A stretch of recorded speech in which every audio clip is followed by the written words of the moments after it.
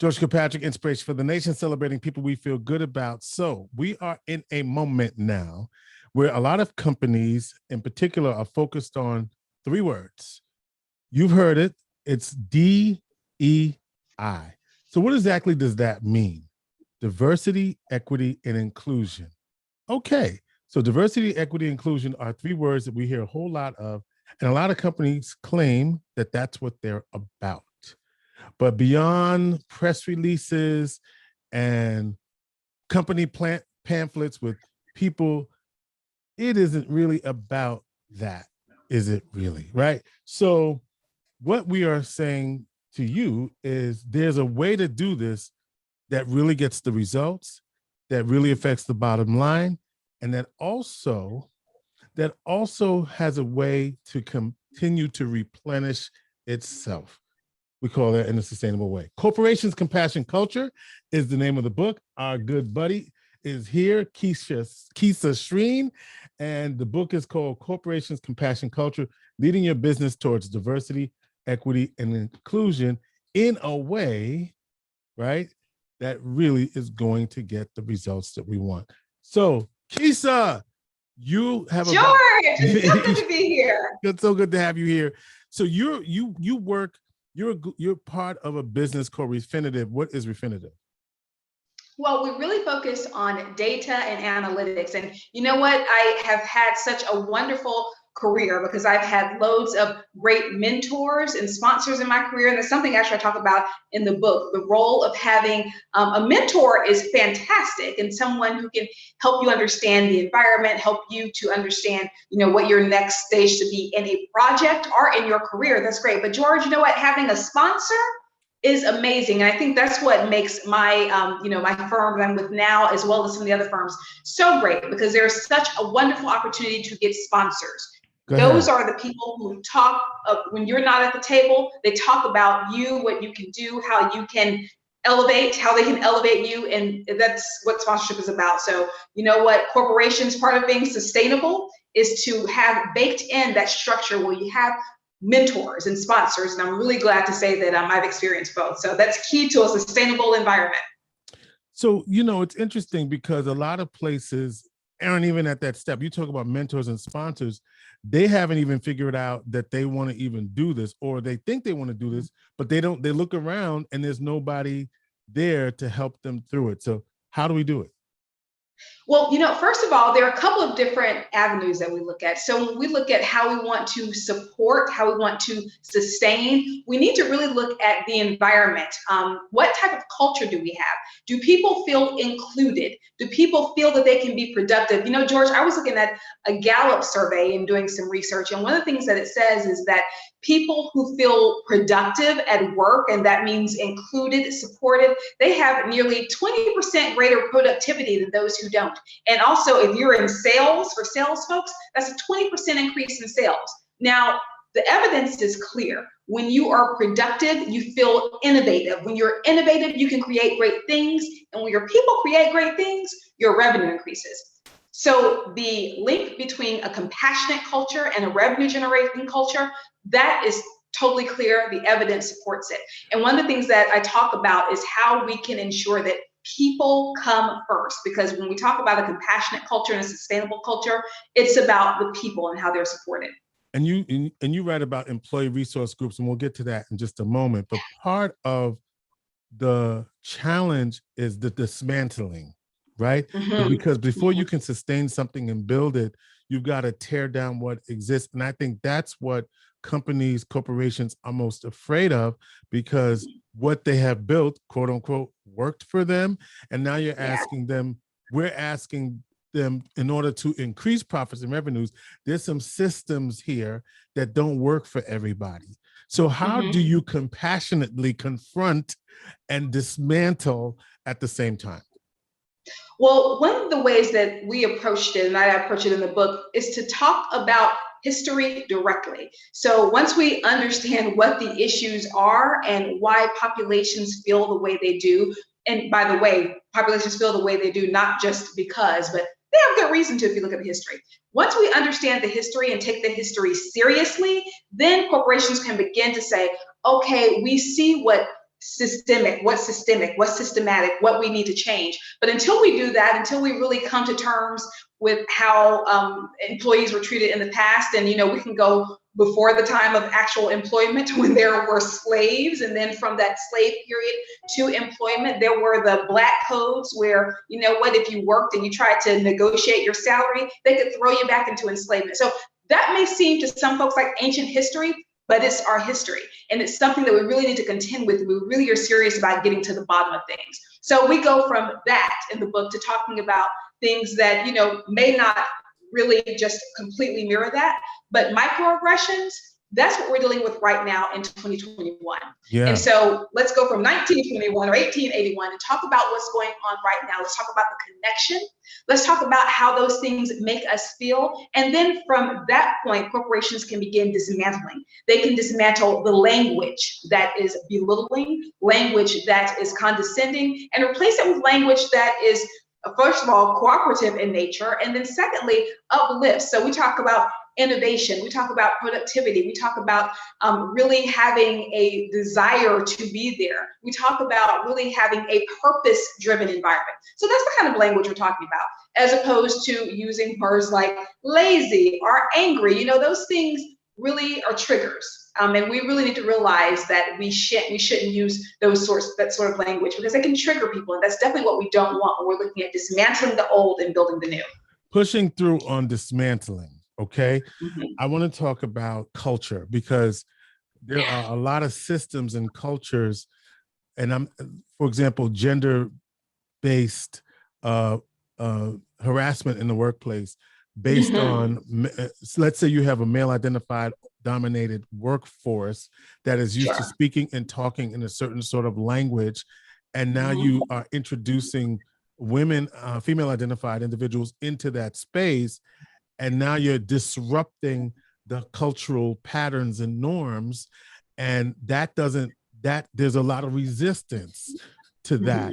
And so how do you convince these systems that it's in their interest, not because of, yes, the law, and yes, there's all of these things on the books about equality, but in the actual culture of the organization, very difficult to penetrate, if you will.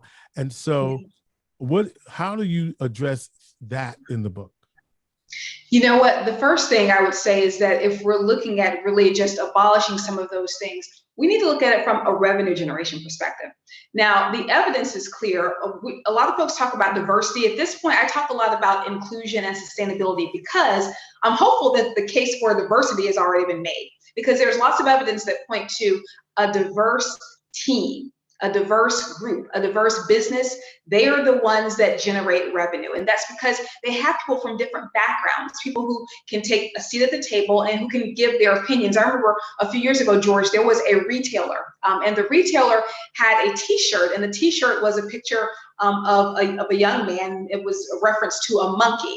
And many people said, who did they have at that table to okay that t-shirt, to say it was okay to put that young man in a t-shirt with a reference to a monkey? Don't they know about the history? Well, in many cases, no one was at the table to represent. Right. Mm-hmm. So in that case, the firm lost money, they lost, reputational damage was done. So first of all, just making sure that we understand that diversity is key from a revenue generation perspective, because reputations are challenging to build and easy to dismantle. And not having the right people there to really give their input is one way that dismantling reputation could definitely happen.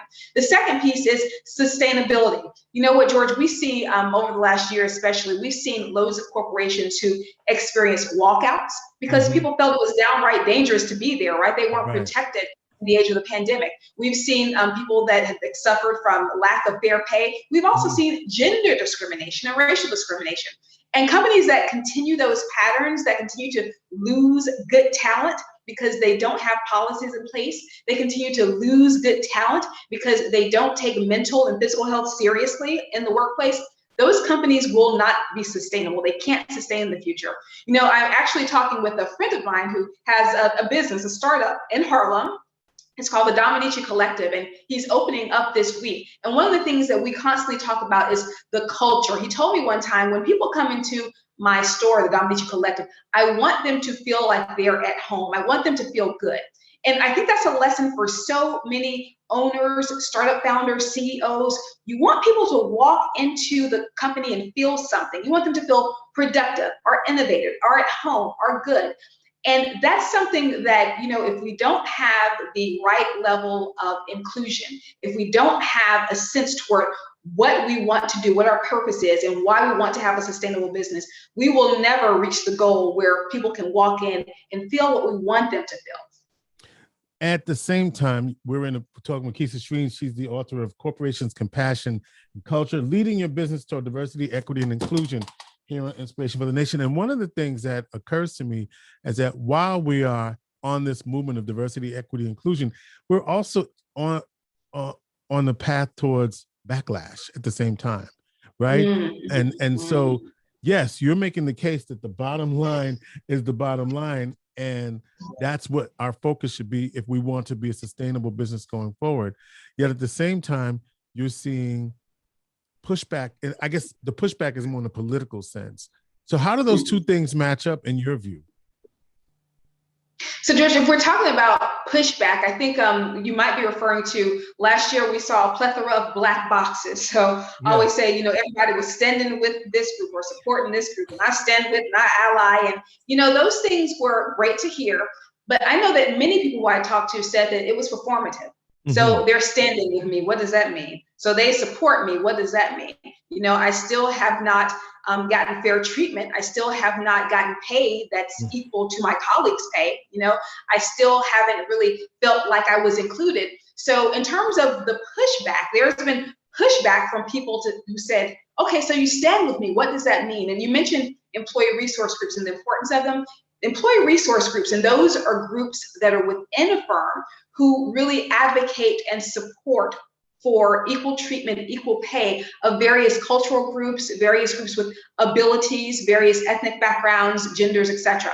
And I think that that's clearly a way for companies to really get around the issue and really understand what can we do aside from having a black box. If they are concerned about pushback from employees and pushback from consumers, because remember, you and I consume these products. So if they're not doing what they said they want to do, if they're not aligning with our values, then they're not going to get our money because we're not going to buy from them. So the pushback they're feeling from customers and from employees, really understand where those people are coming from, listen to the employee resource groups who are advocating for communities, for underserved communities.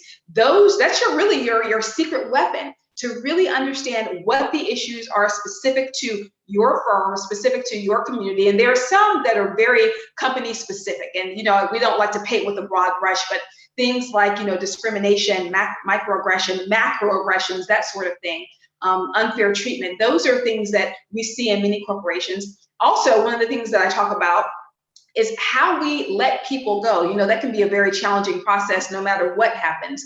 But can we do it with dignity, first of all? Can we make sure that when people are released from the firm, that possibly they have training to go to another job? So those are the types of things that employee resource groups can talk to senior leaders about to really make sure that the pushback that they get from employees and customers, that they don't just sweep it under the rug, but they understand their perspective, understand where they're coming from, and deal with the issue, that they talk to the people who push back on them and understand, we push back because we see a black box and we don't see anything else. That's not our idea of support. Understand what support means, what standing with means, what allyship means, and then provide that. Serve your employees and your customers through doing that. And then pushback will likely level off. You talked about employee resource groups for different cultural. We used to call those affinity groups. I mean, that's what you right. People, groups that support people who have been marginalized in the workplace. And so, in wrapping this up, Keesa, I think what you're making the business case for diversity, equity, inclusion, but in a way and in a language, right, that business can understand. What do you want? 3 things you want anybody who's picking up the book. Well, that's one thing. And the other 2 things would be, what do you want businesses to do tomorrow? If you're a small business, a large business, a corporation, what's 2 things that they can do tomorrow after they get your book? I would say the second thing is really listening. I talked about that a bit, but listening, understand. We've heard a lot of folks talk about returning to work, returning to work. Well, I'm hopeful we don't return to where we were before, because clearly that wasn't working. Right. So what does the new workplace of the future look like? Really take action on what people are talking about. If they're saying, you know what, 2 days in the office every 2 weeks, that's good enough for 70% of us. Don't just brush it off. Listen, try, make it happen. Understand what you need to do to make it happen. You know what? If it doesn't work for everyone, then retool, regroup, reconfigure what you need to do. The last thing I would say that people really need to do, that businesses need to do, is look holistically at what sustainability means. George, we talked a lot about in the environment and social and governance, or managing your business as ESG, environmental social governance. And a lot of people talk about that in context of sustainability. But what I don't think people see, George, is that particularly leaders in these companies, they don't see the connection. You can't be a sustainable organization if large segments of your population, they don't feel included, if they don't feel that they're being paid equally, if they don't feel that they're given the same opportunities to advance and promotions and those sorts of things. You can't be a sustainable business, because you won't sustain yourself. People will leave. Good qualified talent will leave. Your competitors who do recognize the benefit of having these talented people will retain the talent, will get the customers, and you'll be out of business. So sustainable business really means putting people first, having a lean toward the environment and social issues and the managing of your business. All that starts with putting people first. The book, Corporations, Compassion, Culture, Leading Your Business Toward Diversity, Equity, and Inclusion. Get the book where books are sold. Keesa, what's your website where people can find you?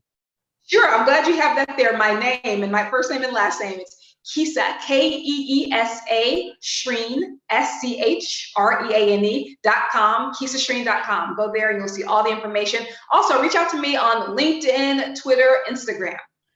So glad to have you on. Keesa, doing the great work, leading us towards diversity, equity, and inclusion with compassion. We appreciate you. And George, I know that we'll have some time to talk again soon. Keesa Schreane, Inspiration for the Nation, KeesaSchreane.com.